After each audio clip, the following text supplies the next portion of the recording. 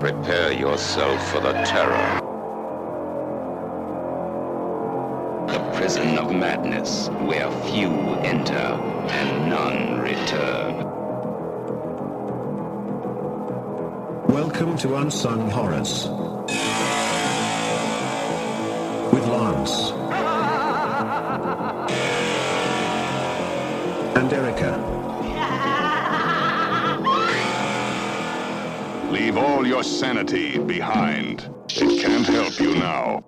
Welcome to another episode of Unsung Horrors, the podcast where we discuss underseen horror movies, specifically those which have fewer than 1,000 views on Letterboxd. I'm Erica. I'm Lance. And this episode we are joined by a very special guest, a film, music, and culture writer, Heather Drain. Welcome, Heather. Oh, thank you both so much for having me. I'm excited. Happy to have you here for this episode. We'll get into why this is such a special episode in just a second, but I do need a second to gush about Heather.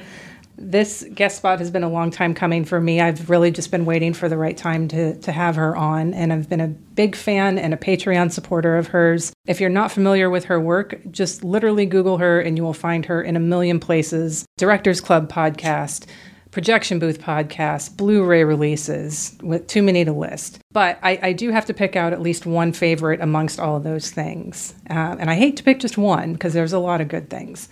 But it has to be the commentary track that you did with Kat Ellinger and Sam Deegan for Malabimba the Malicious Horror. Oh, wow. That is so, I feel like that's kind of like because we did that one and we did a few others. Mm-hmm. My personal favorite's still probably the Flesh Pot, a 42nd Street one we did. Yeah.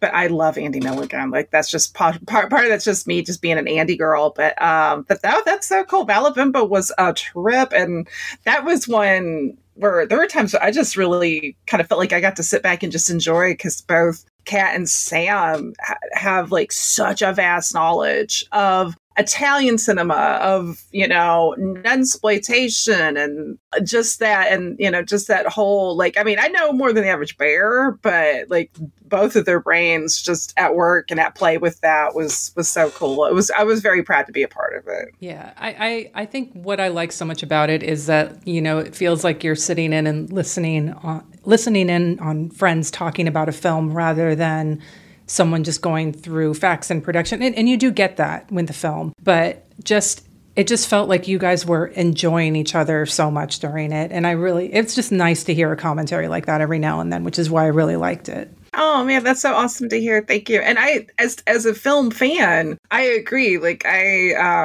some of my favorite commentaries are the ones that they're just loose enough to where it feels like somebody's talking kind of with you and not at you. And anytime I get lucky enough to do something like that, especially if it's solo, because solo is always a little trickier because you don't have somebody else to bounce off of. But that's something I always aim for. That's always the goal. So that's awesome. Thank you. Yeah. You mentioned Flesh Pot as being one of your favorites. Any others that you want to highlight that you're really proud of or had a lot of fun doing? Oh gosh. Any and all of the stuff I got to do, whether it was like the collective, like it was the three of us, with Kat, with Sam, I'm proud of all those. Right now, I think my favorites is I was so blessed recently to do the commentary tracks for the Flesh trilogy. Michael Finlay's mad jazz, art house, noir, grindhouse, slasher, proto-slasher trilogy. And because I'm a huge Michael Finlay fan, a lot of people talk about Roberta, and she certainly has her place, but I feel like Michael gets unsung. So getting the chance to just delve into those worlds and with him was a dream come true. It was a bucket list for sure. So that probably right now is still like that one in the Cecil Howard Firestorm. I did one for the Distripix release of that. And that was actually my first. Was that the first? That might have been, I think that was the first released. That was one of the earliest solo ones I did. It was either the first or second. Not that I'll act like I've done that many. I've done like 3, now 4 solos. maybe 5 if the 5th one comes out. That one's, I haven't heard back from anybody. So there's always that superstitious fear, I think, when you submit something, whether it's an article or an episode or audio, where it's like, oh God, what if they're like, we're going to pass. But I don't know. I mean, just a chance, anytime. I'm just happy to have anybody ever want to hear me gab and effuse about film or music. It's always a pleasure. So there's not one that I certainly dislike. I'm proud of all of them. Yeah. And you had mentioned Stephen Sadian offline, Dr. Caligari, the Projection Booth podcast, but you also have an episode with Bill Ackerman and the Directors Club podcast, a 3-hour episode on him, which for anyone who's not familiar with the work of Stephen Sadian, I would highly recommend. That episode is a really great start and a primer for it. You've got Heather, you've got Bill, who was also a guest on our podcast previously, and it's just a great episode. Oh, thank you. No, that was so much fun to do. I think anybody that knows Bill loves him. Bill Ackerman's like not just a great writer and a great host, but he's just a great human. And getting to talk about that with Justine Perez-Smith. And Justine did this great interview with Stephen as part of Fantasia Fest, I believe. And she was great. The interview with Daniel Bird. I love Daniel and Daniel's work with preservation and restorations with the films, both of Stephen, but also with Borovchek and with Zulawski, especially. Daniel's a complete gem. So that was such a cool thing to get to do. And I found out that I was saying the French title of Pussy Talk, the Claude Melot film, correctly. So because Justine's Québécois, I said, I think it's Le Sexe qui Parle, and she just kind of like, she was so sweet. She's like, yeah, that's correct. Like, so. Yes, Victory. I'm probably going to be mispronouncing some French names in this episode, though. We do that for every country we've covered, so don't worry. Same. Oh my gosh, same. Like it's tough. I my thing at this point, I'm like, if any of us know these artists, I think we're doing pretty good. So we're doing our best here. So speaking of mispronouncing stuff, let's get into this film that we're going to be covering for our 100th episode. Can you believe it? No, I can't. It was not so long ago when the quarantine pandemic had just started, and I missed seeing my friend Lance at Terror Tuesdays, and I reached out and I was like, buddy. Yes. And you said yes. Yeah, started off doing remote work, obviously, due to the situation, but then I've been coming over to your house ever since, and I'm surprised you haven't gotten sick of me. I could never. I'm waiting for the text. We're like, hey, Lance, don't even come. Don't bother this next episode. For anyone that has not figured it out within the last 4 years or so, or however long you've been listening, Lance is sickeningly the nicest person on the planet. And it could be frustrating sometimes when he's that nice, because it's like you can't ever stay mad at him. And I live with some blackness in my heart, and it makes me really upset sometimes when I just can't be fucking mad at you. Yeah, I mean, I know I recommend anything and everything under the sun when it comes to film, good or bad. I'm a kind of a huge fighter for anything that's fine. You know, people have different opinions. But yeah, no, I just appreciate. Heather, you mentioned working with people with a wealth of knowledge. I feel that way about you, Erica. You just really kind of fill me in. I think I kind of contribute here and there, but when it comes to like a lot of the knowledge, like when we have Heather on, I'm just excited to hear what Heather's going to say about Joyous Death and you. And then I'm going to talk about like, I thought the camera work was really Shut good. Up. Shut up. I feel the same way about you. See, guys, I warned Heather we were going to get schmaltzy, and I'm not gonna. But honestly, I feel the same way. I always want to know what you think about the films that, because we take turns picking, and, we don't, it's not like I don't go to Lance and be like, hey, I'm thinking about picking this. Is this cool? And be like, no, I'm picking this, and you're watching it, and here we go. And I think we trust each other enough that it's okay. I think we've only had one mishap, and I'll still never forgive you for the fucking blood-sucking pharaohs in Pittsburgh. Yeah. Fucking God. Oh, Or shoot that. you're gonna love my next pick. I'm just throwing that out there. Right? It's not blood-sucking pharaohs in Pittsburgh, so it's fine. Like, that's my new rule in movie watching. Well, I found an unofficial sequel. Shut up. I know it doesn't exist because I looked for it to make sure I could automatically veto it if that ever came up. Yeah, no, I can't believe it. 100 episodes, and I think it's a perfect way to celebrate with Heather on with us, because we're both really excited to jump into this movie and discussing. And thank you to all of our listeners out there who've been supporting us from either day one, or maybe you just found us yesterday. Thanks for joining us for this, and we hope that you'll open your mind to, deeper cuts and stay off the mainstream as much as possible. And check out our Discord channel too, because that's fairly new to us. Like, we started it pretty late in the podcast, and it's been a lot of fun just listening to our listeners, a lot of good recommendations and feedback. I think the Dummy Drops channel is the most popular one, but, good for Matt. I think it is now. All right, so let's actually get into the film that we are going to be discussing, and that is At the Meeting with Joyous Death, a.k.a. Expulsion of the Devil from 1973. As of this recording, it has 320 views on Letterboxd. You can watch it on YouTube or Cave of Forgotten Films. There is a bootleg DVD out there, not recommended. It's the same quality as what you'll find anywhere online. So a quick summary of it, and I do want to preface this by saying that I took this directly from the memoir from the director.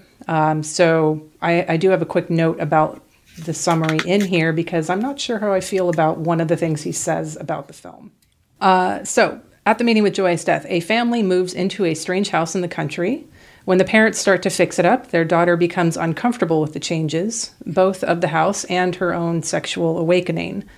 Now, according to the director, the house itself has developed feelings for the young girl, and those feelings manifest as hauntings. A television crew comes to the house to film the supernatural events after a friend of the family is assaulted by kitchen appliances. A priest and a group of young girls who were previously camping in the house also arrive and add to the chaos. So I'll get into the whole house is in love with the girl part of it when we get into the discussion of the film. But I think there's another side of that it can be, and I don't want to disagree with the director when they say something, but I feel like if you watch enough films, you can put your own opinion on it. So, okay. All right, let's get into a few film specifics before we get into the discussion. This was co-written by Pierre-Jean Métignot, hope I did that right, and the director, who was Juan Luis Buñuel, who is the son of famed surrealist director Luis Buñuel. Matignon also co-wrote two other films by Buñuel, The Woman with the Red Boots, starring Fernando Rey and Catherine Deneuve. It's pretty much about rich people fucking with poor artists and has a fantastic ending. Highly recommend this one, folks. I think I ended up downloading. Where'd you watch this one? It's on Dailymotion in 2 parts. Okay, that's why. Because it kept my computer kept crapping out on me when I was watching it there. So, but yeah, it is there on 2 parts. Lance, I know you haven't finished it yet. But I haven't. I started it too late one night and like an idiot has. Well, you're missing out on a great ending. I know. All right, and then the other film that he co-wrote was Leonore, starring Michel Piccoli and Liv Ullmann. This has a Code Red Blu-ray. It's sort of a monkey's paw vampire tale. Very slow but captivating. This also comes up under the title Mistress of the Devil because New Line acquired it and chopped 10 minutes off of it and renamed it. So you did have a chance to watch this one, though, yes? I did. I thought it was great. I mean, it goes without saying, but Morricone's score in it is fucking brilliant. Heather, have you seen any of those two? I haven't, but I'm going to change that because both of those descriptors, and after seeing this one, the film we're about to get into, I am definitely curious. That's, again, such a cool thing. And I was telling both of you before we started officially recording, that's the gift of this show, because there are so many great films and great directors and artists out there that people don't talk about. And until you guys started the show. And I love that because it's, it's expanding people's views, but it's also, to me, kind of like planting that seed for hopefully, why is there only one official, physical media release of this director's work? So hopefully this will, and especially because it's there are notable artists in all 3 of these films. So it's so strange, sometimes what gets out and what doesn't. But hopefully this will plant some really good seeds for that. Yeah. That's one of my favorite parts of the podcast too, is like, sure, of course I want to talk about the central film that we're covering, but like looking at like, okay, what else did the cinematographer do, or what else did the other cast members, and finding other films. Like I had Leonore on my watch list because Dead Kids, but I wasn't going to be pushed to watch it until this came up for the podcast. Same thing with The Woman in Red Boots. I might never have watched it. Right. And I might not have been gifted with the fantastic ending that my eyeballs got to witness. So that's one of my favorite things about this. Perfect example is the Dr. Heckle and Mr. Hype episode, that when Lance picked that, I was like, Lord, fucking damn it. So maybe there's two picks that you're very unhappy with. I'm still not unhappy with that, because I got to do a very deep dive on Oliver Reed films. I watched some great stuff that I'd never seen before. Yeah, so I was like, it's a great experience overall. That was the main reason for that pick. I think I prefaced with that. For sure. All right, so before we get into the director, really quick, the cinematographer for this film was Guylaine Cloquet. He's worked with Jacques Demy on Donkey Skin and The Young Girls of Rochefort. And so I watched Donkey Skin recently for a fairy tale horror thing that I wrote. More details on that when I can talk about it. And I have to say, I watched Young Girls of Rochefort, not expecting to like it. It's a musical. It's bright and colorful pastels, singing, dancing. Gene Kelly's in it. But God damn it, if it wasn't the most charming fucking movie I've ever seen in my life. Wow, I'm surprised at this. Seriously. I was just like, I just had a smile on my face while I was watching. Like, who's going to end up with who by the end. It's like, I know where this is going. I'm not, whatever. It's even someone who's never seen a movie before would know who's going to end up with who. But like, man, it just charmed the damn pants off me. And we never wear pants. So like, it's true. Yeah. So pants lands. But yeah, it was, I highly recommend that one if you haven't seen it yet. It's got a Criterion release. You can probably see it on Criterion Channel. Check it out from your local library. So those I would definitely recommend. Cloquet has also worked with Robert Bresson and Jacques Becker. Letreau was one specifically I've seen from him. It's a prison escape movie. It's really good. All right, so I want to get into the director because I've got quite a bit to talk about with Juan Luis Buñuel. So I already mentioned his father, Luis Buñuel. Juan was actually an assistant to his father through the 1950s. He also worked with Orson Welles on his unfinished Don Quixote film. He's got some details about that in his memoir, which is called Good Films, Cheap Wine, Few Friends. So the memoir itself is interesting because he wrote it for his children, and it's very stream of consciousness. It's not like, I was born, I grew up here, this is my youth, my teenage years, my adulthood, so on and so forth. It's all over the place. It's very like when he remembers something, he writes it down. A friend of his, Linda Ehrlich, actually edited it, and she tried to put it in some kind of order that made a little bit more sense, but it's still very much all over the place. And it's interesting because it's a collection of, stories involving cult celebrities, random thoughts, recipes, life hacks. The life hacks seem to be more like life advice for his children. So, take time to learn knots. Even the simplest will help you all of your life. Or when cooking with butter, add a little oil. This stops the butter from burning. I did not know that. So thank you, Juan Luis. Because I don't cook, so that. I'll get back to more sort of anecdotes from his memoir in a second. But he did work as an intern on a film for a director who we've talked about before, Juan Antonio Bardem. He was an intern on his film Sonatas from 1959. During the 1960s, he mainly did documentaries before he started getting into films, of which he only directed a few. At the Meeting with Joyous Death was his first one, and that actually won several awards. The George Sadal Award in Paris, the Silver Hugo at the Chicago International Film Festival, and first prize at the Sitges Film Festival in Spain. After Leonore, he mostly was doing French television, and then in 2017, he died at the age of 83. Okay, so I do want to share some fun stuff from his memoir. So first of all, ingredients for the Bunuel Dry Martini. I guess this was passed down from his father. You need to have a good dry gin, Noilly Prat. I guess that's a French dry wine. Noilly Prat, that's that's a vermouth, isn't it? I don't know. French dry white wine is what it said in parentheses. Okay. I barely drink, so I love gin martinis. Okay, well, then you got a good recipe in here.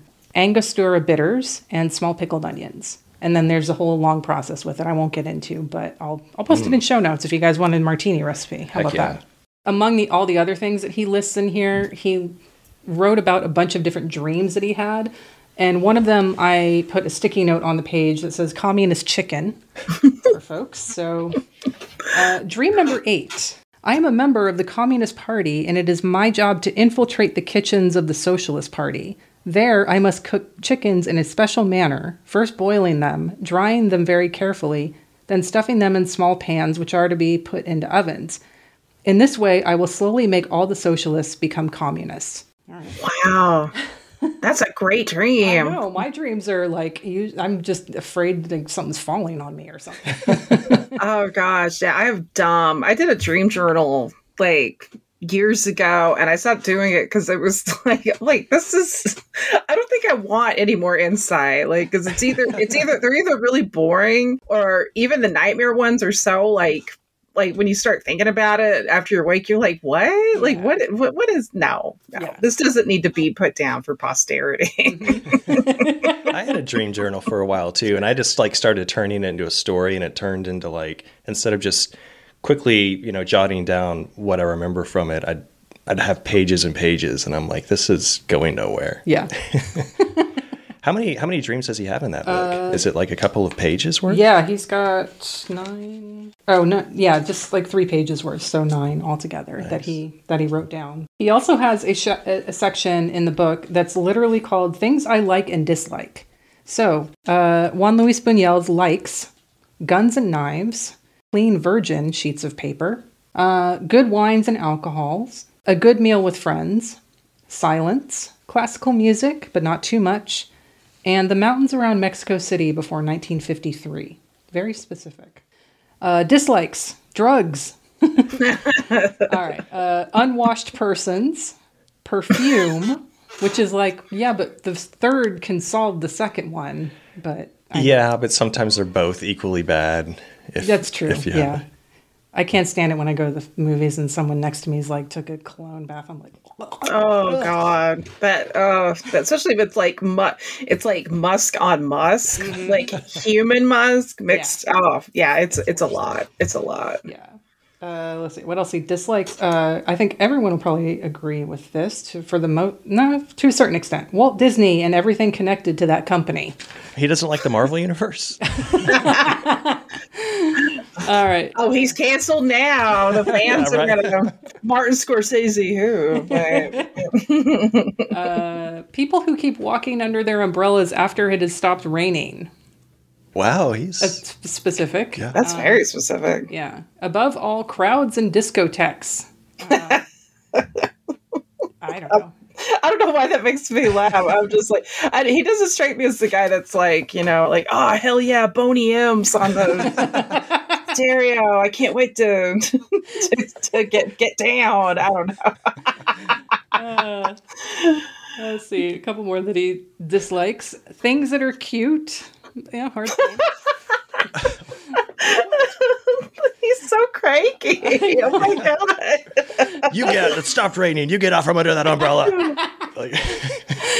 And he also does not like high-heeled shoes for women. I mean... Oh, what about for men? I know, that was... Oh my God, Lance, you read my mind. Okay, he's very specific. He's very specific with that, so... But one of my favorite things that I read in his memoir was all of his encounters. So, obviously his father's extremely famous. He's working with a lot of different people that we all know really well. I think a lot of people will point to Salvador Dali as one of the more interesting collaborations that Buñuel, his father, had. But Juan Luis was no slouch on that. And the list of people that he has met is insane. There's literally an appendix of people he's met in the back of his memoir. Like there's a whole section that's pages and pages long. So here's some of the highlights. Ingmar Bergman advised him to take out a close-up of chorizos bubbling in their own grease in Leonore. In that, so there's like a close-up shot of them cooking. Ingmar Bergman told him to take that scene out. He didn't. He was like, "No, fuck you, Bergman. Who do you think you are?" Let's see. Buñuel taught Jean Moreau and Brigitte Bardot how to shoot a rifle. Yeah, he loves his guns. Yeah. He was schoolboy friends with Frederick March's son, March in Dr. Jekyll, Mr. Hyde, 1931. And he even went to a Halloween party at his house, and Frederick March was there, and he was like, let's play some games. And I was like, fucking how cool would that? You got Jekyll and Hyde running a Halloween party for you as a kid. Amazing. No shit. I'm legit jealous. That's amazing. Yeah. That should be made into a movie. I Just know. the idea of it. Like, there should be a movie about this man's life because, like, it's so interesting to me. At least all the people that he's met. He's had Christmas dinner with Charlie Chaplin. He smuggled his father's film Verdiana out of Spain to France. He had lunch with his father and Nicholas Ray so that he could translate for his father because his father had poor hearing. And then there's some other ones that were a little bit longer. His note about Jean-Paul Belmondo. Actor, nice. With age, he lost his charm, but he used to be funny. Like, I don't know that I agree with that. I think he's always charming, but I didn't know him personally, so. I'm sold on this memoir. I know, by the way. Seriously. I'm like, he met Charles de Gaulle at the French embassy in Mexico. He was all red, sunburned because he refused to wear a hat while visiting the pyramids. Come on, de Gaulle. I mean, he couldn't have an umbrella over him, right? That's true. That would have caused a ruckus. All right, he met my boy, Alain Delon. Met him several times in studio restaurants or around Paris. Talked about guns. Not very smart. Good actor. I feel like this was published in 2014, I believe. Yeah. It's like bombshell memoir drops. I know, right? He's lucky a lot of these stories are about people who are no longer with us. Yeah. He met Gene Kelly, of course. He said he met him at the Cinématique in Paris. A not very tall, smiling man. Nice. I'm like, I would expect. That's a good way to say you're short. I know. I would way. Yeah. Jack Lemmon. He went fishing with him in Acapulco. nice. Sergio Leone in Rome while preparing Leonore. Had lunch several times with him at Morricone's home. Very friendly, funny, and warm, as we would expect. Absolutely. Mickey Rooney, first met him in Mexico, where he was shooting a film around 1948, then worked with him in Portugal in 1992 as an actor. Interesting and funny and very tiring because of his enormous energy. Never stopped talking, told too many stories. That's when he decided that silence was something. Exactly. Mickey Rooney. And I guess the best way to end this one on would be with Roman Polanski. First met him in Cannes, then again in London. Friendly. That's it. That's it. Period. It would have been. It's a song that I kind of wish he would have wrote "Tiny Pervert." Not at I don't know. That would delight me. Like that would make up for like who hates cute things. I just pictured like him being like "fuck you, bunny," like sir. Where's my gun? Yeah. Oh no! Oh no! Sorry, I went there. Where's my knives? Yeah.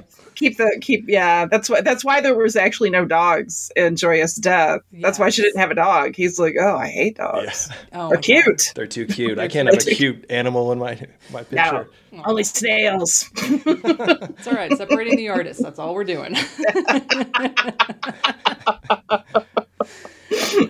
All right. Lance, anything you wanted to add for the director? No. I did watch. I went back and watched some of his father's movies. I had never seen Diary of a Chambermaid. Okay. And there is a child death in that. There's a scene that is gorgeous. Did I not add that to the I didn't see it in supplemental your list. Oh, That's why okay. I wanted to bring that Oh, up. shit. So it's a child. She's raped and murdered, and she's collecting snails, and you see her legs just kind of hanging out in this brushy area with the blood all over it, and these snails are crawling all over her legs. Very disturbing, unsettling, reminiscent of that dead boy in Leonore, but visually way more distressing. But you have to watch it, Erica, because I know added it to you my love. even more child kills list. But yeah, that's it. And I watched a couple of the cinematographer movies. I watched some movie that he worked on with Woody Allen. Speaking of kind of like tiny creeps, but Tiny perverts. it was called Love and Death. Obviously it's Woody Allen, and this one took me a long time to get into. But it did have a solid Napoleon casting job. It's James Tolkien, the principal from Back to the Future. Oh, okay, yeah. You're a slacker, McFly. He really sells his Napoleon. Okay. But yeah, that one I probably wouldn't recommend to too many. It was very stunning. Okay. All right, so let's get into the cast real quick, and then we'll jump into the film. First, we have Yasmine Dam. That's Sophie, the daughter. This is her only film credit. She did a few television shows. She was actually a model, and she was pretty much cast for that reason. And she was 17 years old when she made this. Then we have Francois Fabian. She plays the mother. She's got over 100 film credits. I've only seen a few from her. Luis Buñuel's Belle de Jour, How to Kill a Judge with Franco Nero. But I did add a bunch to my watch list. Matt, MPLS Matt, he had a really positive review of The Cop from 1970, so I added that.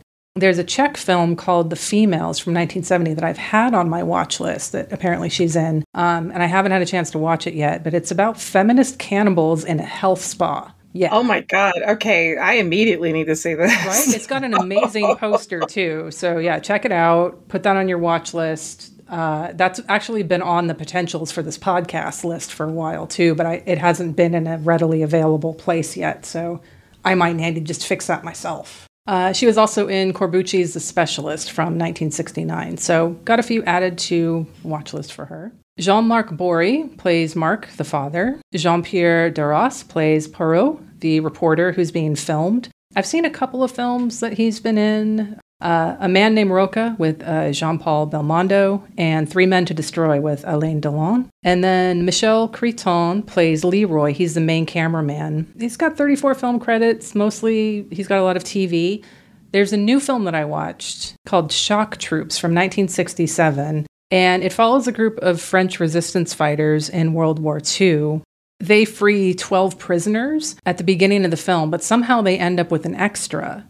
And so they suspect that one may be a spy. So I thought it was going to be, we went there to release 12, but we somehow ended up with 13. So we know one of them is a spy, but we don't know which one. And I thought the whole film was going to be them trying to figure out like who that is. Mm-hmm. And that's not it. It's basically Michel Piccoli is the extra, and they think he's a spy the whole time. And it kind of goes back and forth with him being like, I'm not on either side. I just don't fucking care about war. And they were like, well, who doesn't care about war? You're either against the Nazis or you're against us. And so it was good, but it just wasn't what I expected. Right. I'll leave it at that. Picoli's such a good actor. Oh, I've watched him in so much recently. It's been pure joy. Gerard Depardieu plays Baretti, probably one of the most prolific actors in this. He's got over 250 film credits. The last one he did was in 2022. Recognized him right away, very young. Yeah, and I have a question. Does he cook in every role he's in? I haven't seen many movies, but I feel like he's just, I don't know, a built actor to always be cooking and eating. And it's in his contract. Yeah, that's what I feel like. I feel it's like, okay, but you have to put your hand in the pot afterwards. That's fine, as long as I'm cooking. So a couple more in the cast. Andrew Weber plays Kleber. He's another one in the film crew. Claude Dauphine plays Father Dieval. He's got over 130 film credits. He's in Barbarella, Polanski's The Tenant, Zulawski's That Most Important Thing, Love. And then finally is Renato Salvatore. He plays Henry, the friend who gets attacked by the appliances, probably my favorite scene in the film. He's also in Costa Gavros' Z, Live Like a Cop, Die Like a Man, The Burglars, starring Jean-Paul Belmondo, which I brought up for Junesploitation a couple years ago. It's a good car chase movie. It was fun. Heather, anything you wanted to add for anybody in the cast before we jump into the film? I will say I was really shocked that Yasmine Dam didn't really do a lot, because she does have a very like strong and unique like presence in this movie, and I know we'll go into more in that. And now I kind of want to like go back and watch some Depardieu to test this cooking theory, because it's been a while since I've seen anything with him in it, and now I'm like, ooh, like I gotta go watch Bye Bye Monkey. Is he gonna be cooking in that? Like, I'm going to guess yes. You're like, I'm going to answer that. He's like pulls out a pie. Like, oh, man. Lance, any other notes on the cast?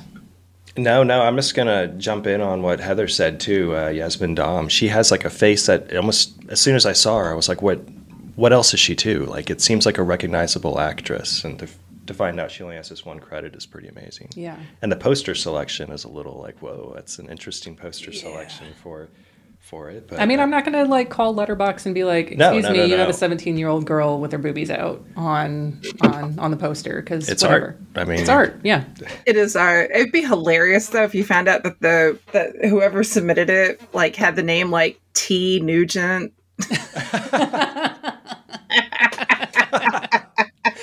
Like, wait a minute.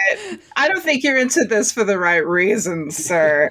It's weird. I mean, it is like a beautifully designed poster, but it's definitely misleading because I think people are going to go into this expecting like some kind of like David Hamilton horror movie, and it's not. It is not that at all. It's so much more. So interesting. The poster doesn't really quite convey that. No. I mean, maybe her smiling in the mirror, like that'd be a better image of her pulled from the film when she's creepily, smiling in a reflection of her mirror. The image of the young naked Sophie is a weird selection. I get it. It sells probably, but probably, yeah. So I want to circle back to part of the film summary where the director himself said that the reason that these hauntings are happening is this is sort of the manifestation of the house being in love with the daughter. Now, initially when I watched it, it seemed to be more about kind of like how in Carrie, like her telekinesis powers start going wild once she gets her period. And like now we have Sophie who's sort of coming into her own. Like, there's a lot of like sort of male gazy scenes like trailing up her legs and she's being commented, oh, she's a woman now kind of thing. And so she's coming into this. And I thought that was more what the connection was. So Heather, I want to get your thoughts on like that aspect of it. What do you think the hauntings are all about and how does Sophie fit into that? That is such a great question. And the thing one of the many things, because I really am so glad that that you guys picked this film and I get to talk about it and get to see it, is there's no easy answers. But I love, that's actually some of my favorite horror is that, because I mean, to me, that's like life. I mean, most things in life don't always have the easiest of answers, if any answers sometimes. So it's like, why should film be any different? And especially when you're dealing with like possible paranormal, because at times it definitely does seem to be like her emotions manifesting themselves in ways, particularly like when the parents are talking about putting her in school and not even discussing it with her. And so it's like, okay, is this like, she wants autonomy. And that's the thing is especially when you become a teenager, you want privacy.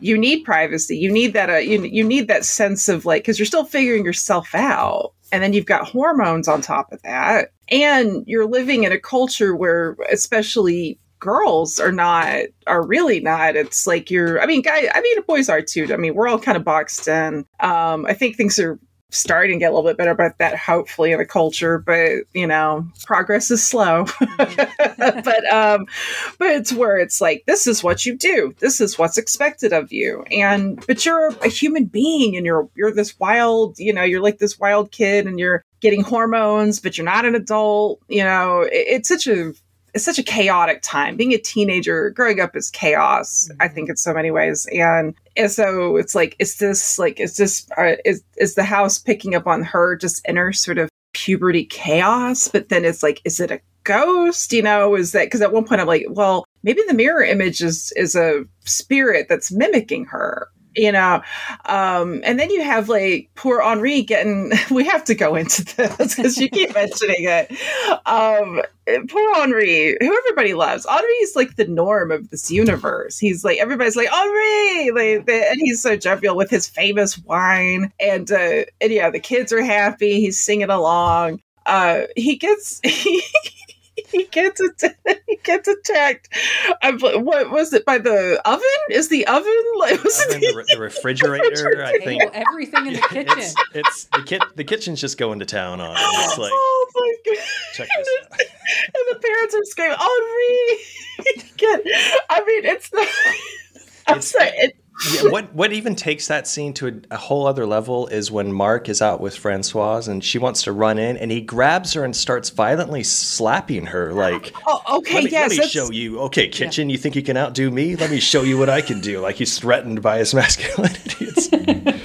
Okay, I made notes of that too because I was like, what the hell, this poor mother? Because honestly, Sophie, I don't know if you guys felt this. I felt Sophie at times is a little bit of what I would call a shitter kid. Now she's not nearly as bad as the ultimate. In my opinion, the ultimate shitter kid is Lucy and Bava's Macabre.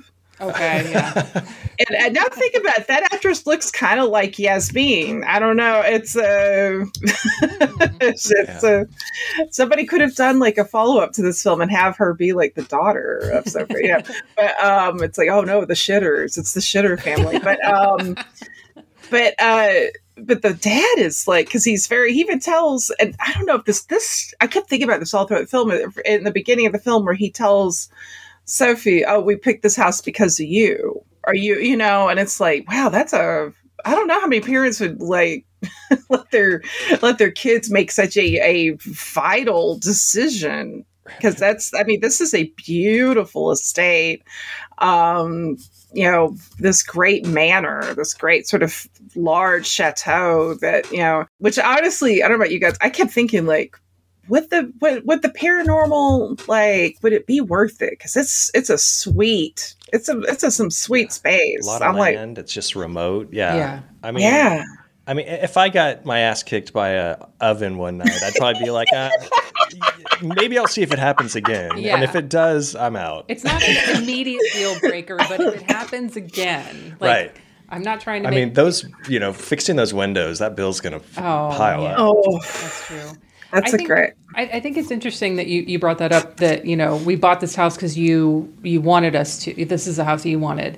The mom is not happy about being in this house. It seems to be more like the dad did it for the daughter. And I'm wondering if like there's some other extra layer under there of like the father and daughter relationship, maybe. Because the son makes an offhand comment like, you spend way more time with Sophie than you do with me. Yeah. Another thing I thought of, too, with that comment about, you picked this house, that's why we got it, is going back to the haunting thing and where it might be coming from. I feel like the house is calling young women, because when the orphans show up, I'm going to jump around here, but when the orphans show up with the priest, it's like, they are so familiar. They're like, this is our house. This was our house. Yeah.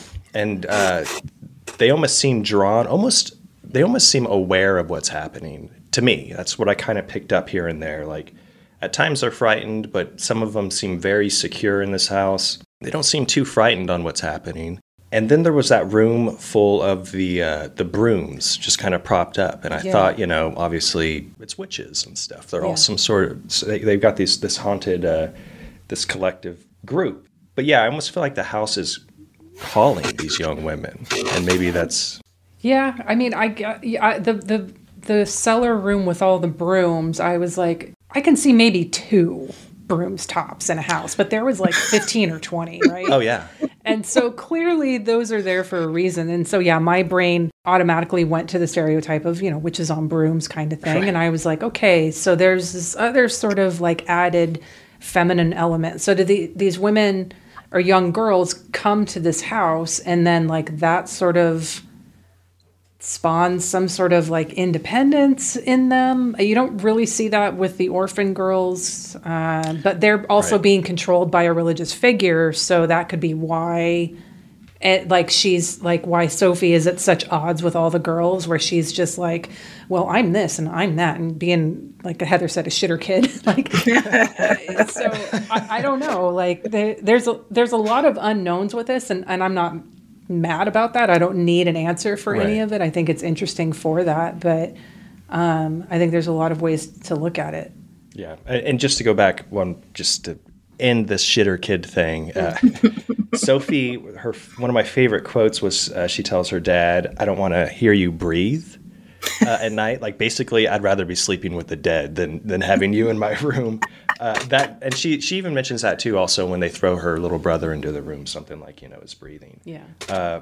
I just loved her being such a shitty brat in those scenes. Like, man, that did crack me up. Where she's like, I can't stand to hear you breathe. It seems like such an accurate thing, like a shitter teenager would say too. Just like, God, Dad, get out. But the whole broom thing, I'm so glad you brought that up, because the place my brain first went to when I saw those was like, is this like a statement about like domesticity? Because that's the thing. It seems like a lot of the frisson between the parents is that, the wife too is trying to bring in money. They both are, I believe she's a writer. The father's an artist, like an illustrator, and neither profession is like known for having the most reliable paycheck. They have these 2 kids, and now they have this like beautiful but place that's been abandoned. So there's repairs, there's things you're gonna have to do for it, and she seems, and understandably so, kind of resentful of being like, oh, so I'm the one that I still have to cook and clean, even though I'm still trying to bring in money. And, and plus she's probably like, I have this shitter kid. and Dominique as a, like, her little brother, like, he's just kind of like, he's kind of boring a little bit. Like, so I'm sure mom's got some, what my friend Amy calls buyer's remorse, which is when somebody has kids in a relationship that's not the greatest. That's terrible, but it's so great at the same time. So almost like, is the broom kind of like, just sort of this like generations of feminine, just resentment. But I like the witch thing too. I mean, that's kind of the cool thing, is this movie really gives you a multitude of interpretations, and, and I don't think any and all this kind of tracks to me, because it's like, it could be all of it, could be none of it. But there's there. I loved how also like some of the orphan girls were kind of like mean to Sophie. Like there was one in particular that just seemed very resentful. And Sophie's like queen shitter, right? Like she's the queen. And she's all like, oh, are you resentful that I'm here? Yeah, she's basically like, that's my room now. Like, that's where I sleep. Doesn't she literally say, this will be the last? Yes. Yes. Yeah. It's like, oh, you're, it's like, and also I have to like go back to the attack of the kitchen, because I would be remiss if I didn't mention this. A part of the reason it just chuckled me, that and the flying stool, when the stool goes rogue. Yes. It made me think of, I don't know if either of you guys ever watched Garth Marenghi's Dark Place. Oh, yes. You remember that episode where Sanchez is having to fight the rogue tools? There's like there's a floating iron, and he's like tries to shoot it. Oh yeah. And it's Matt Berry just being like, fuck that. Like, oh, it's so good. And it kind of gave me some Dark Place feels. I mean, I say that anybody listening, please see this movie. This is a great art house horror film. It's, when appliances are attacking people, you have to, it's at least a chortle. Yeah. I mean, and poor Henri. That poor man just really, they went to town on him. Yeah. Like, I'm like, does he owe them money? Does he owe the ovens? Did he kill a refrigerator at a past life? Like, goddamn. That's like the father's like beating his wife practically. Exactly. Like, I mean, Francoise is not safe anywhere, whether it's outside the house or inside the house. But yeah, that's... I think it could be that the appliances went after him because, Sophie was sitting on his lap earlier and like commenting on how she's become a woman. So if it is the house that's in love with her, then that could be some jealousy acting out, perhaps. Oh, yeah, that's a good. I did want to get back to the brooms and like the whole the domesticity and the feminine angle to that, because I do think there's definitely something to that as well, because you mentioned the mom being a writer, and when the family's out of the house and the TV crew is there, one of them comes across something that she's written. It's either a book or an article or something like that, but it's called "The Modern Woman, Sexual Object, or Liberated Human Being?" ? And he like kind of scoffs at it and throws it aside. Is that one sort of moment, sort of a comment on this whole aspect of it, where it's like, we're not going to acknowledge this, desire for liberation.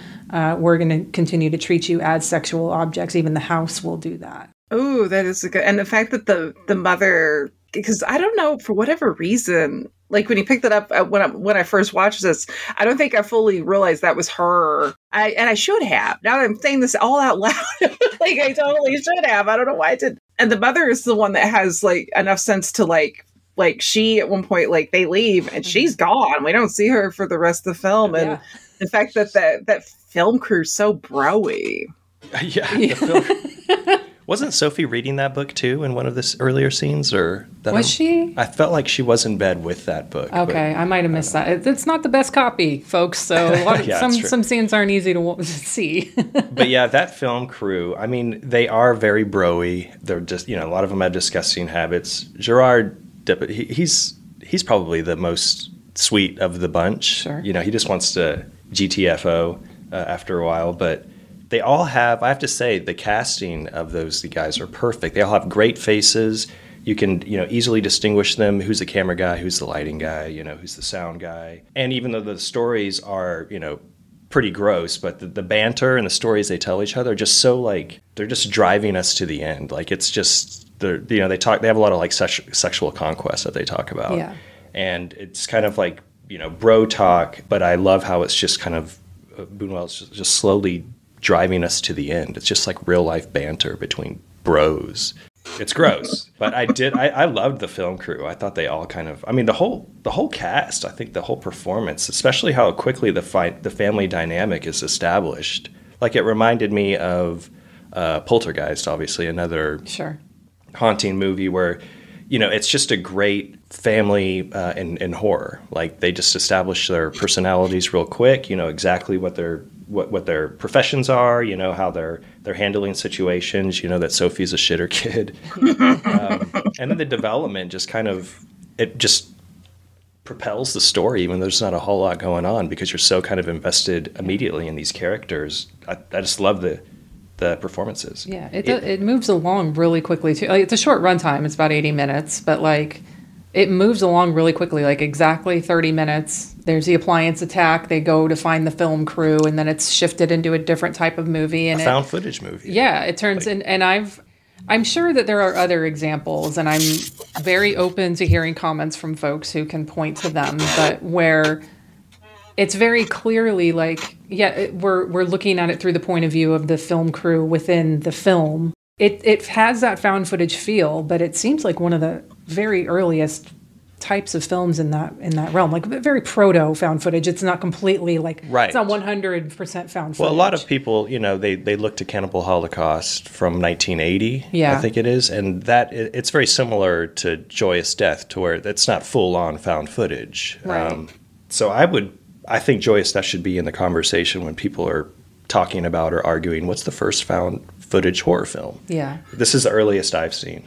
Yeah, that's an excellent point. I love that and agreed. And you're right. The whole cast is great. There is such an authenticity, especially with that crew. And what's funny is that the Casanova, the main camera guy, he's not even the cute. I'm not even the biggest Depardieu fan as far as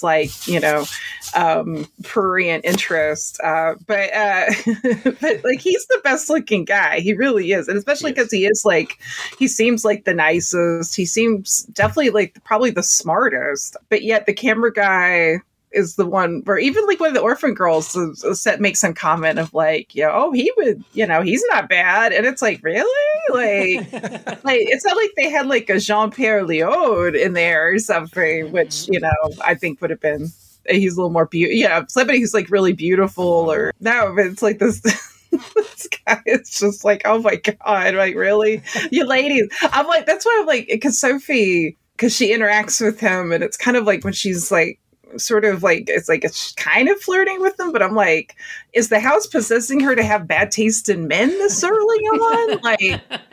I don't know. I mean, granted, maybe that's being young, but I will say this: at least 14-year-old shitter kid me. I hope I wasn't a shitter kid, but just in case I was. It would have been a John Saxon. Oh, you're singing my tune, Heather. I know. Then it's like, well, God, I mean, come on, who could blame her? Like, let's look, ooh la la, it's John Saxon. But I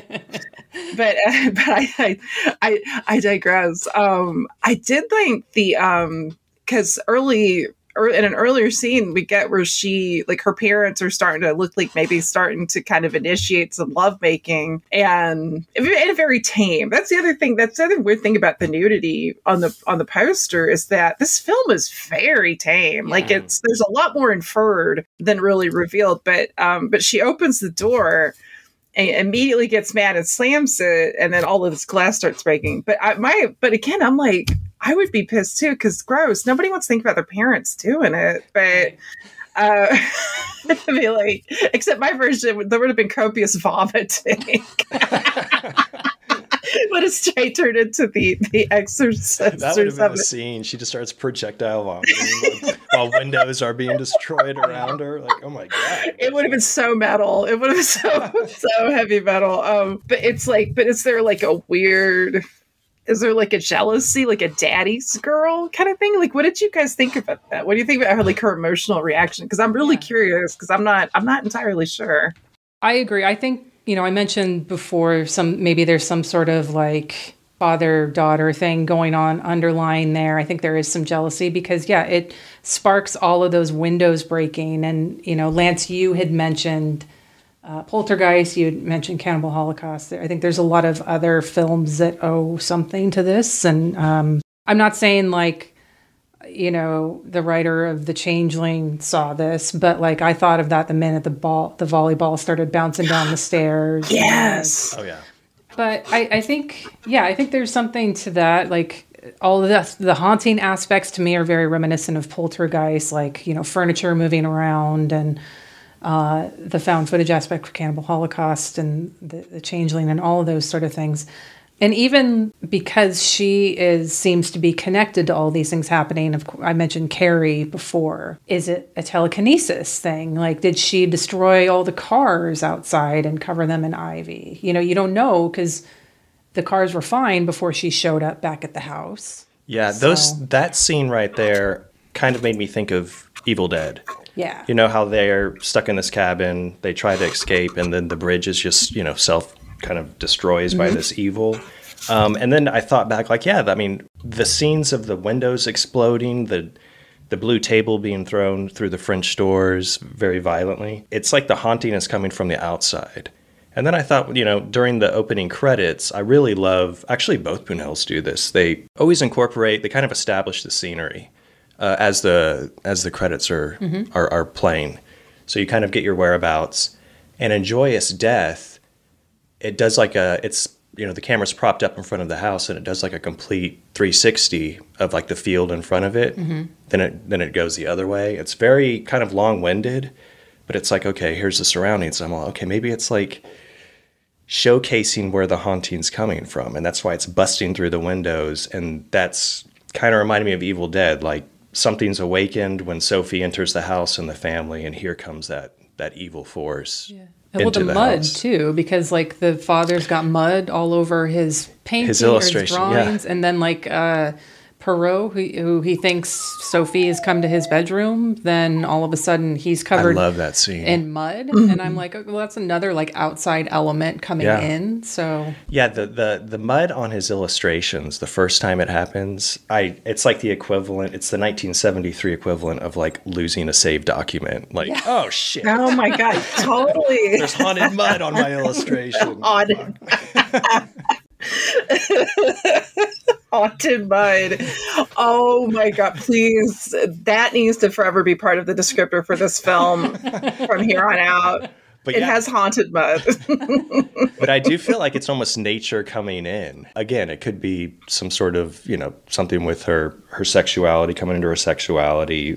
That's a natural thing too. Like it all ties together. But I don't know. I feel like it kind of busts through from the outside into the house in a lot of scenes. Yeah. Heather, the priest towards the end, he gives like a mini little exposition dump about other similar instances. He mentions like, oh, there were similar cases. There was one 15 years ago and another 400 years ago, both involving prepubescent girls.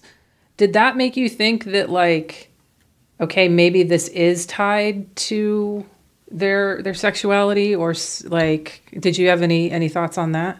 That definitely seemed to be a big, because up to that point, you're already kind of thinking like, is this just a reaction to sort of the sort of fear?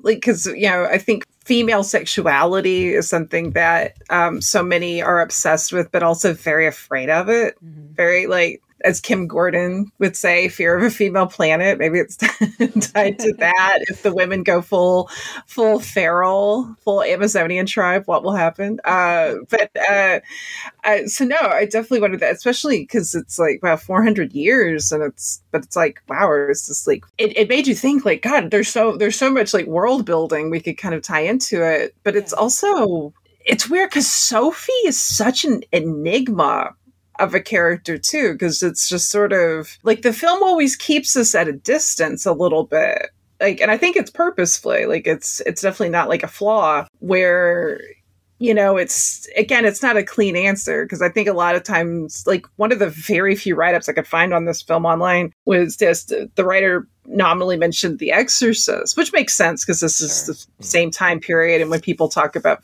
horror and is something a reflection of a girl going through puberty. The Exorcist, naturally, it's going to be the first that comes to most people's mind. But this isn't that clean. And I thought The Exorcist is necessarily like a clean as far as like how you could interpret it either. Because I mean, William Friedkin's a genius, but I don't know. Like I guess it is. But Sophie, and there's something in her gaze, like, because she never, even when she gets mad, there's always something like very, not tranquil, but there's like, she's like a storm inside of like the most calm exterior, if that makes sense. Yeah. To me, it just seems like she's aware of what's occurring almost. And I don't know if it's intentional. One who knows the answer, like what's really going on, and like no one else. She feels it and feels like calm with it, and she has like this. Okay, this is happening, and I'm opening my arms to it almost. Yeah, well, and the ivy, because that's the thing. I thought that was such a beautiful sort of like Laurent that the film did, and I too loved that opening shot, that sort of 360. I thought it was like that you sometimes certain some movies let you know from the very beginning, they're like, I'm gonna like this. This is gonna be a good ride. Yeah. But she's drawing Ivy, and the father's like, oh no, Ivy, and that won't happen. And then Ivy, it's almost like is she already kind of knowing how all this is gonna play out? Yeah, that's what I was wondering. Like, because while we have that first establishing shot, and then immediately cuts to Sophie drawing the house, right. Working on art with her dad. And her dad's like, yeah, there's no ivy on the house. And she said, well, maybe it did have ivy growing on its exterior, years ago. So it's almost like she's, it's not really possession, but she might be aware of the house at an older age almost. So you're saying it's a time travel movie now? Yeah, Back to the Future. That's my double feature pick, by the way. Shut up. Oh my God. Well, there was that, I don't know if you guys saw this, there was that deleted scene that was not found, but apparently there's a lead scene where the refrigerator tells Henri, I am your density. I'm your destiny. Can you imagine Crispin Glover as the killer refrigerator? Oh somebody make this happen, please. Oh my God, I love it. Okay. I've reached the end of my notes. Heather, do you have anything else that we haven't touched on yet you wanted to get to? Yes, because one of the things, and I am so itching to hear what both of you, like how it hit both of you guys, was the sound design. Now, granted, obviously we didn't get to, we're working with not the best quality print, which again, but that's why I love this show, because I think I've actually known like certain film people that like they've gotten so spoiled. I shouldn't say spoiled, but like but yeah, maybe spoiled to like, I mean, we do live in such a great era now with all the boutique labels and having these beautiful restorations of so many films that when they see something that's not the most ideal print, they almost don't want to watch it. But it's like, but I feel like for some of us, maybe it's an age thing too, where it's like for a long time until, until very recently, realistically, you worked with what you got with film, like especially so many films now have these beautiful Blu-rays, but it wasn't that long ago where you'd have to be like, hey, I found a torrent that's from an old VHS. So, but in subs that like go in and out. So some of the scenes you're not going to know what they're saying, but it's okay. And you might have to make sure all the lights are off because the lighting's not great. Yeah. Oh, that's my favorite is like, it's okay. It's a German language dub, but it's got Portuguese subtitles. Just work with it. But the sound is that, because at one point it hit me, I'm like, there's little to no music. I mean, we get like some classical music at the opening, but large chunks of this film is just like natural sound. Like it's crickets or bird singing or it's silence. Exactly. Yeah, I have a highlighted section here in my notes. Great sound design. I'm probably going to butcher his name.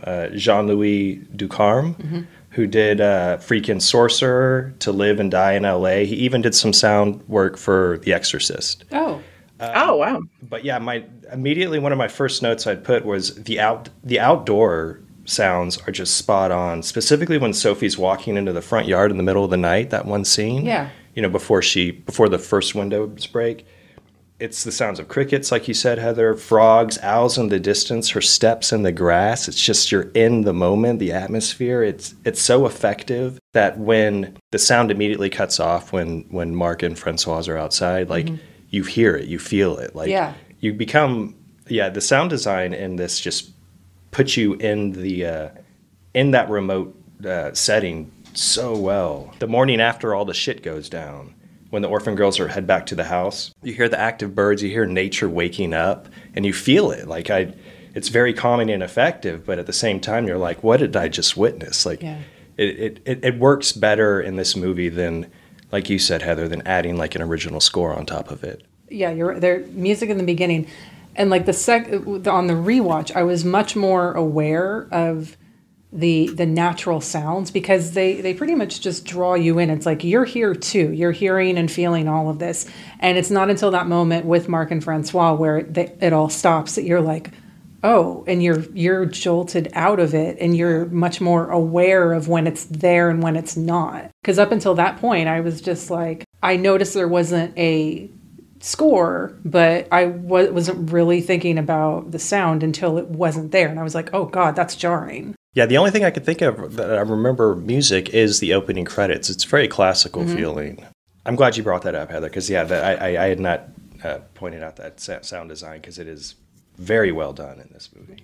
Oh, it's so great, and it adds to me the way that it's constructed. It makes everything feel so much more off. But in a way that it should feel off. Like it feels very like you're in a land that you shouldn't be. You're in a space you're not allowed to be, but you're an intruder. And it's almost, and at times it almost feels like a little bit druggy. Like it actually, and this may be a strange comparison because they're two very different films in a lot of ways. But like it's like when I watch, or when you watch Vampire, like the Dreyer movie, because there's the way that film's put together. There are times where you almost feel like you're in a dream, like you're not in reality anymore. Like it's like an intoxicant of a film. And so I'm always fascinated when films are able to do that, to really truly make you feel like something, like your physical space is like off just by watching this film. And this film has that. It has that element to it. And that's a hard thing to do. That's a really, especially because so many, filmmakers kind of, and for better or for worse, because there are definitely a lot of like tropey stuff I love, but it's easy to kind of go in the familiar territory of constructing a story and constructing a movie. So whenever somebody really is like, no, we're going to do this completely different, but in a way that is so smartly done. Like that's the thing. Everything is so well executed here in this film. That, I love that. And what a bold move. Like, this is a very bold film in a very subtle way. Yeah, it's really impressive because just imagine the original composers that Juan Buñuel had at his, at his picking. But to just do something like this is, it's really impressive. Can you imagine like this conversation of like Morricone coming up to him and being like, "Oh, I heard you're making a film. Do you need a composer?" And him being like, "Nah." No, I got crickets. I got crickets and frogs. I'm good. Thanks, anyway. Lance, you have anything else in your notes you wanted to bring up? So much to talk about in this film. That's just open interpretation. Every scene you could kind of like pick apart. It's just I love we'll movies save like it this. for when Boutique Blu-ray label reaches out to all of us for special features contributions. There we go. That's right, and we know you will. Brandon Boutique Label, you love us. We're weaving a spell. All right, so let's get to double features then. Heather, you're our guest. We always let our guests go first. What are some thoughts you had about a double feature for this film? Ooh, I love programming a double feature. This is just like a fun challenge, especially with a movie like this where it's like, whoa. So I just went with my gut. And the first film that came to my mind was Jess Franco's Virgin Among the Living Dead, because it's got a beautiful house. You have this weird sort of like familial dynamic. There's sort of that sort of also fear and exploration of like feminine sexuality. Like, I mean, it's less pubescent in that one and Virgin Among the Living Dead, but she's still like the main character is a virgin. And she's sort of surrounded by family members that are very much not virgin. And it's got such a great, it's one of my favorite Francos, and it's just become one of my favorite films. It has such a unique and eerie vibe to it. I think it would be a really cool film to pair with it. And the second film I came up with was Don't Deliver Us from Evil, which is a huge favorite of mine. It's one, I'm hoping to do it this year. It's one I've been wanting to write about for a long time because I find it so compelling and such a great movie. The whole with that one, it's with the two main girls in that, how disinterested their family is with them in a lot of ways, and because I felt like that, obviously not with Sophie and her father, but like Francois Z, the mom is not really connected at all to her daughter. You don't really see her trying to either. It's like, even when she mentions about buying a dress for her, she didn't have Sophie pick it. Like, Sophie's not even part of that. It's just like, oh, this is what we do. And just kind of the dangers of doing that, can manifest in different ways. And so yeah, those are my two picks. I picked a virgin among the living dead for Ogroff episode, yes, just because of the dreamlike quality, where it's like just completely unreal what you're watching and feeling. Yeah. Franco it goes better across the board. Like, there's always a Franco movie to pick for a double feature. It's definitely better with Joyous Death, for sure. What about you, Lance? I'm going with A Quiet Place in the Country from 1968. Obviously, first I was, a lot of the mainstreams like, Exorcist and Poltergeist, all these would work well, but yeah, this one's directed by Elio Petri, and I hit on this film briefly in our Horror Gives Back episode. It was my haunted house pick. Yeah. But it's this supernatural haunted house thriller about an old country house in the middle of nowhere, which an overworked painter played by the beautiful Franco Nero, and his partner, who's played by Vanessa Redgrave, I think. But they move into to get away so he can kind of wind down and focus on his work. And Redgrave, she's quickly removed from the picture early on because the house seems to be attempting to murder her, specifically with glass breaking, furniture falling. So she splits. And, Nero's an artist similar to Mark in Joyous Death, but as we watch these hauntings unfold in this huge house that's located in the Italian countryside, and it's just driving this very sexy Nero mad. He's slowly losing his mind, determining what's real and what's not. The involved spirit is the spirit that's causing the haunting is suggested to be this countess, this very horny countess that lived in the large house before she was killed at age 17. So Nero becomes obsessed with her and her history, her sexuality, and the relationship she was involved in with all the older men in the nearby village. It's fantastic, very slow-paced, has an amazing Morricone score, but yeah, I recommended it back in October. Mm-hmm. I recommend it now with Joyous Death. I think it's still on Prime if anybody is subscribed, but A Quiet Place in the Country, I think, would would work well with like kind of like a slow haunting.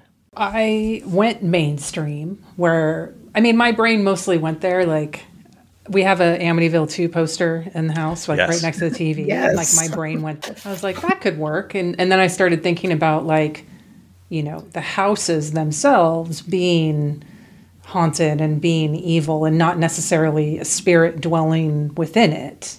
And so like burnt offerings came to mind. Yes. You know, even like if we're going to go like TV episodes, you know, the Simpsons episode where they get the Hal thing, like that's Pierce Brosnan voiced or whatever, and it falls in love with Marge. I know that's not like haunted or whatever, but it's still like, I thought of that and I love that. I love the Simpsons through season 7 only. But ultimately I landed on another sort of more mainstream one. And I think it's one that not a lot of people are comfortable with because of the subject matter, but it has to do a lot with like this paranormal aspect, but also we need to talk about the psychological aspect of it and documenting it, making sure that we're covering both sides of that to get to an answer. And we don't really get that in either film. And that's The Entity from 1982.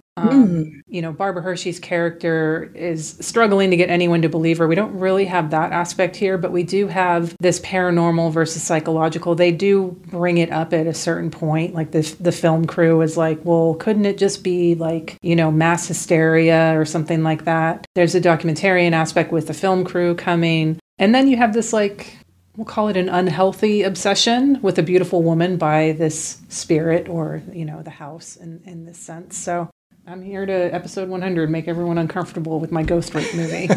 Yes, wait, why am I? I'm like, yes. I'm all, oh, that's it. But I love that. I love all of these recommendations. And honestly, I think it's so important to bring up films that make people uncomfortable because it's, you know, more people need to realize that, like, if something that's in the arts makes you uncomfortable, instead of having a knee-jerk reaction of like, oh, think about why. Why does it make you? What is the why? Like, not just with you personally, but also like sometimes I think people have that reaction because there's a cultural truth that's kind of the really ugly thing to face. You know, it's like, that's one of the reasons I love this pick. And I think that's also like something tied that's very important to Joyous Death here is that there are implications that are very like, that are uncomfortable. It's more on the subtle side, sure. But like, you know, whether it's, you know, it's Sophie's sexuality or even like one thing I meant to mention earlier, I guess there was something in my notes we needed to mention. But like when the camera crew looks in the keyhole and they have this hallucination of the priest in bed, like cuddling with two of the orphan girls. I mean, you don't see anything that's really that transgressive, but there's a vibe. Mm-hmm. Like he's a little too cuddly with them. And then of course, then when they open the door, like all of a sudden he's by himself and he's in a single tiny bed. He's not even in a big bed. Right. So it's kind of like, what is going on with this house? Like, what is this? Is there sort of a, you know, is this tied to sort of a reaction of being like, you know, this is, you know, we're tired of being preyed on. So we will become the predator. We will become the monster. I don't know. It brings up so many questions that are all just, I find really compelling. We don't have any answers here, but we like asking the questions. So,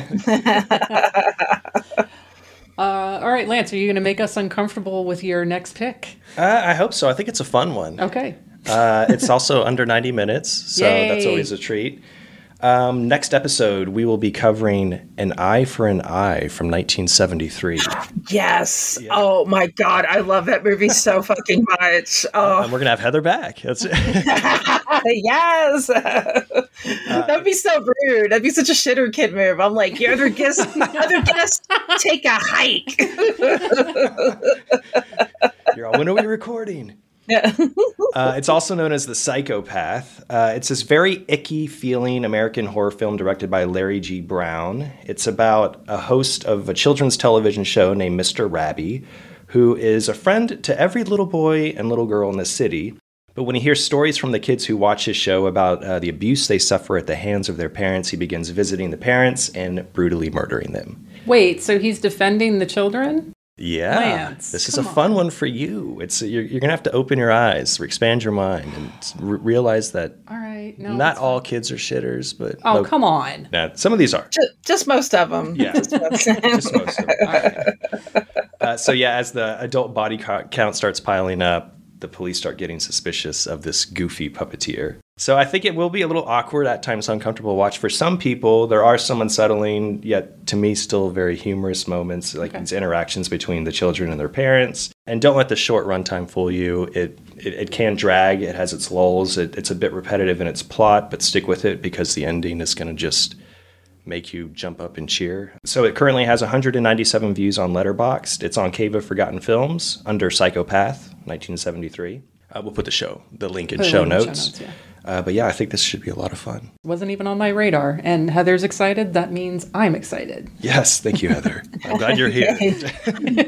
I actually, God, this is probably like crass, but no, when I wrote for Dangerous Minds years ago, that was one of the films I wrote about because I was like, this film is so cool and it needs to be talked about. So I can't wait to hear what you guys say. And can I pitch in a double feature pick with that real quick? Yes, please. Yes. The Candy Snatchers. It would pair really well with the Candy Snatchers. Yes. Ooh, okay. Lance is already like looking up your.